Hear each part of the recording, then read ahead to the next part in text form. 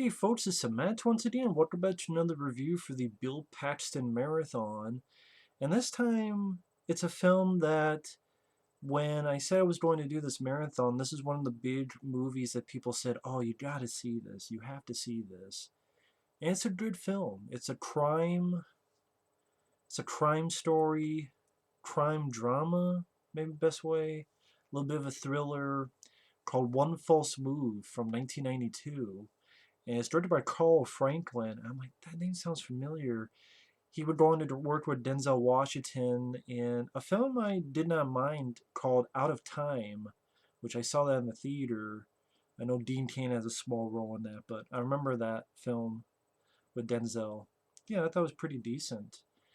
But Carl Franklin directed it, and it stars Bill Paxton, Cynda Williams, Billy Bob Thornton, Michael Beach, and also, Billy Bob Thornton co-wrote the film. Him and this guy named Tom Epperson, they wrote the film. And I was like, oh, that's cool, because I like Billy Bob Thornton. I enjoy him a lot. I enjoy him as an actor. He's a good writer. Sling Blade, that's a film I haven't seen in a long time. I remember it being a good film. I just haven't seen it in a long time. Of course, I love him in Bad Santa. Bad Santa 2 sucks, but it's Billy Bob Thornton wasn't the problem. It was the script. He should have written that script for that movie. But so Carl Franklin directing, Billy Bob Thornton and Tom Epperson writing. The story is pretty simple. You have these three people: Billy Bob Thornton, his girlfriend played by Cynda Williams, and this easygoing, sort of smooth psychopath played by Michael Beach, which that guy seems familiar, but I looked him up, and apparently he's been in films a la Soul Food, Waiting to Exhale, and it's one of those faces I recognize, but I haven't seen those films. But they did a great job. And at the beginning of the film, there's some deaths, there's some killings, and they do it for coke and money. As they do that, they are then traveling to Arkansas. I want to get the name of the city right. I think it's Star City, Arkansas. And they're on the way there. The detectives looking into it, they find this out, and they decide to head up to Star City, Arkansas, some LAPD detectives, and they meet the chief of police there, played by Bill Paxton. And Paxton, he's energetic. Bill Paxton does a great job in this. He's energetic, and this part of them really wants to be out in LA, and you get the idea that he knows the town. He says hi to everybody except this one little black boy. Anytime he sees him, he has this sort of saddened look on his face, but he's always talking, a little bit cocky, a little bit too energetic for the two detectives, and it cuts between him dealing with the detectives and the three criminals making their way from LA to Arkansas, going through Texas and so forth. And it's one of those things. I thought it was a good film. I thought it was. Did I think it was amazing? No. I mean, I know Gene Siskel, this was his favorite film of 1992. Yeah, there are other films in 1992 I enjoy more than One False Move. But at the same time, I can't really think of anything I disliked about it. The score fit the film fine. The acting was very good. It has some very nice writing, has some tension, has a little bit of suspense in certain sequences. Bill Paxton, like I said, great to see him in the lead role. Billy Bob Thornton, I thought, did a good job. Michael Beach, he was a bit intimidating as sort of the smooth guy who likes to stab. And I would say this: if you're a fan of Bill Paxton, you should definitely check it out. It's a good movie. It's a good film. But to go more in depth, as that's the only way I can do reviews is to go in depth. So spoilers. The Three Criminals. This film doesn't really pull any punches. I mean, Billy Bob Thornton is the type of guy who's ready to slap a woman in the face repeatedly. Uh, his girlfriend Cynda Williams sets up her friends for Billy Bob Thornton and Michael Beach to come in, and they're talking to them where the money and coke are at, and they kill them, put towels or put bags around their head and stab them or shoot them. Cynda Williams, she's not really evil because at one point she finds a kid, but she doesn't tell them. We find out later. Bill Paxton, like I see, he's the police chief. He's Dale Hurricane Dixon. They nickname him Hurricane just because he has so much energy. Again, the detective's looking into it, and Paxton's guy who talks too much. He thinks of these guys as heroes and wants to go to LA one day.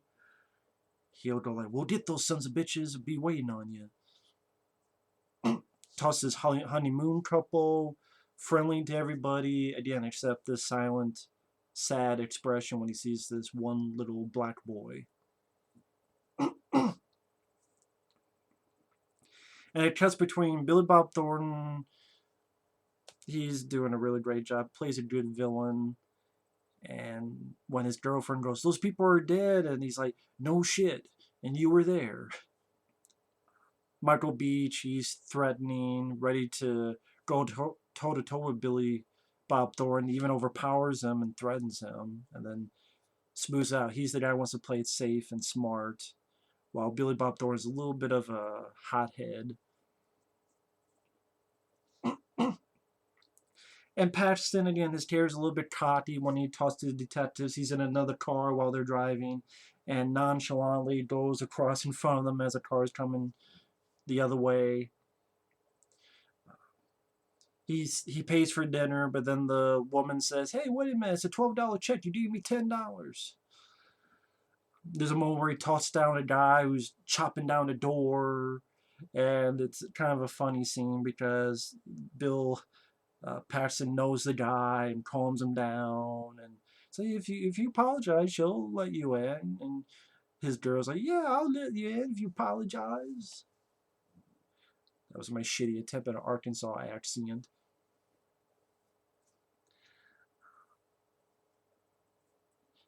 And he has some little moments of levity. Like, for example, they go to talk to this old hermit, and the guy can't hear well. So when Bill Paxton goes, "I'm Chief Dixon," and the guy goes, "Fixing to do what?" "No, I'm Chief Dixon." "Oh, what you fixing?" No, there's a little bit of levity in it. But overall, pretty serious flick. The stuff that Bill Bob Thornton go through. You have this little tense scene in a convenience store where there's a cop in there, and you're wondering, is there going to be a shootout? Is there not going to be a shootout? Leading into they're being followed by this cop, and he's not doing anything. He's looking at their plates and such. And ultimately pulls them over, which ultimately then involves the woman shooting him in the head. And even after she's like, "Did I kill him? Did I what?" But not bragging about it, but being sad about it. But at the same time, she did kill a cop, so she kind of sealed her fate there. And that's the thing. I mean, the movie's trying to make me feel a little bit sorry for her, and it's kind of, after she did that, I kind of stopped feeling sorry for her. But the actress did a good job. And throughout the film, the Bill Paxton, he has some little dealings with his wife and kid, but they don't have too much of it, which maybe they could have had. It's kind of, they just on the surface, if there's anything going on between his wife and his kid, if there's any tensions or such, just a little bit on the surface. It's not too heavy-handed. I don't know, maybe most people would feel that wasn't needed, but maybe a little bit, or maybe a little bit of tension and a little bit of, you know, him apologizing to her or such before we go into the ending of the film. I don't know, maybe it wasn't needed. Maybe they felt that would be too cliche and they just kept it kind of only on the surface level. But Paxton, he seems like a guy who wants some action. He talks about how he's never pulled his gun out in all these years and how he's born under a lucky star and, was talking to the cops. Let me ask you something. If I'm full of shit, you just tell me. So, Paxton does a great job. Has a lot of energy with it. And then later on, he sees that these two cops are talking shit about him and don't respect him, even though they were lying to his face that they do. And then the plot sort of unfolds where they get a picture of what these guys look like, and Paxton recognizes the girl as someone he knew years and years ago. And the girl goes on ahead, Cynda Williams, to town while Billy Bob Michael Beach do this deal, and then they'll meet her there. And you find out Bill Paxton follows one thing leads to another and finds her that Bill Paxton's character had an affair with her, and that the little boy he sees and he's sad about is his kid, is his love child from that. And at first, like, oh, don't tell me that, it's not my kid. But then by the end, he sort of overcomes that. I don't know if I want to say pigheadedness, but that being oblivious to it. And yeah, some conversation between Paxton and Cynda Williams, and they're all right.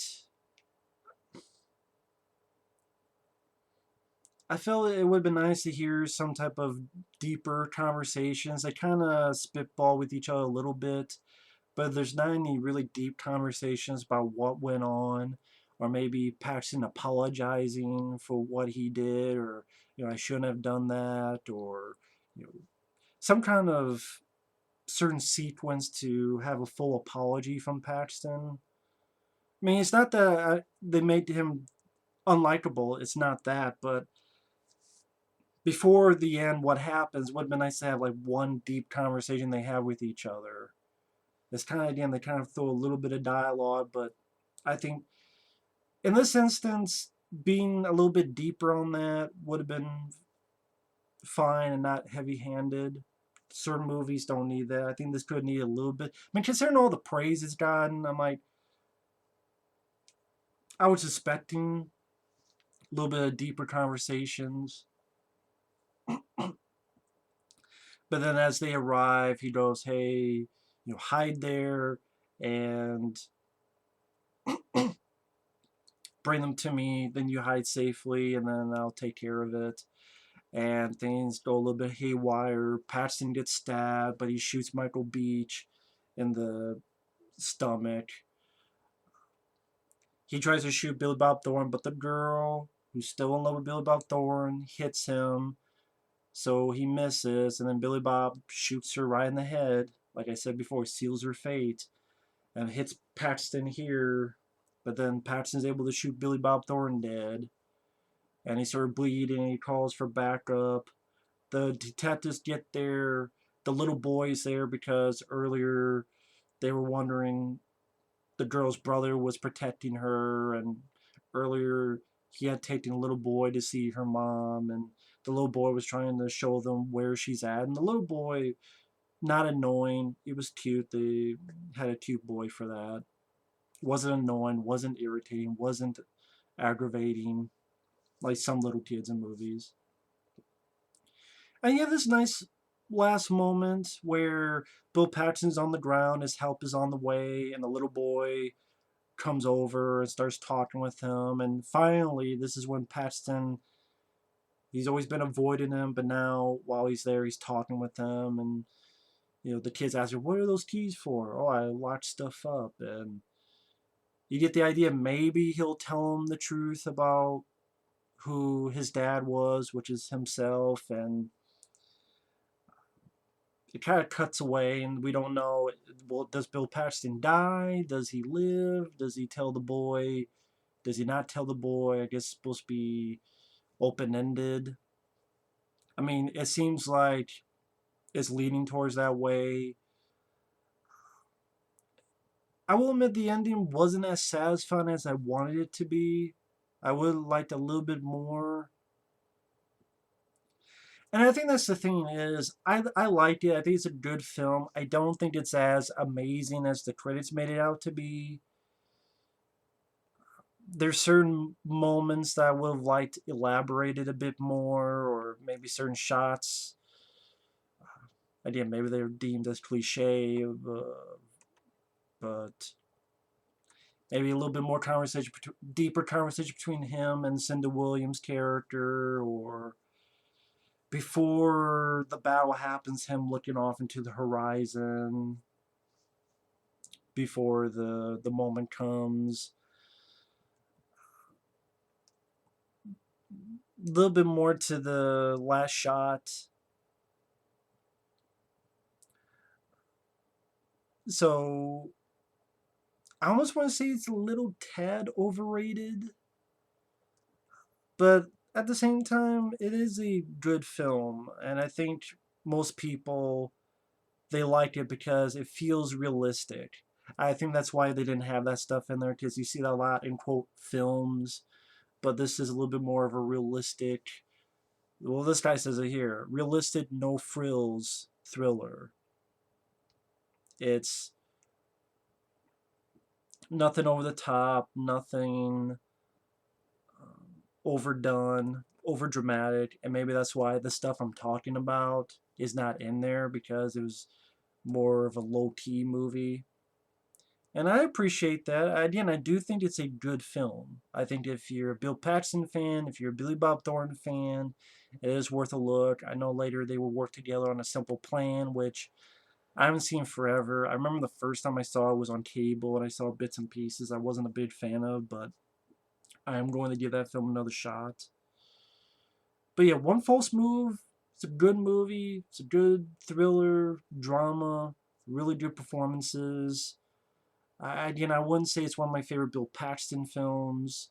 It's not one of my favorite drama crime thrillers.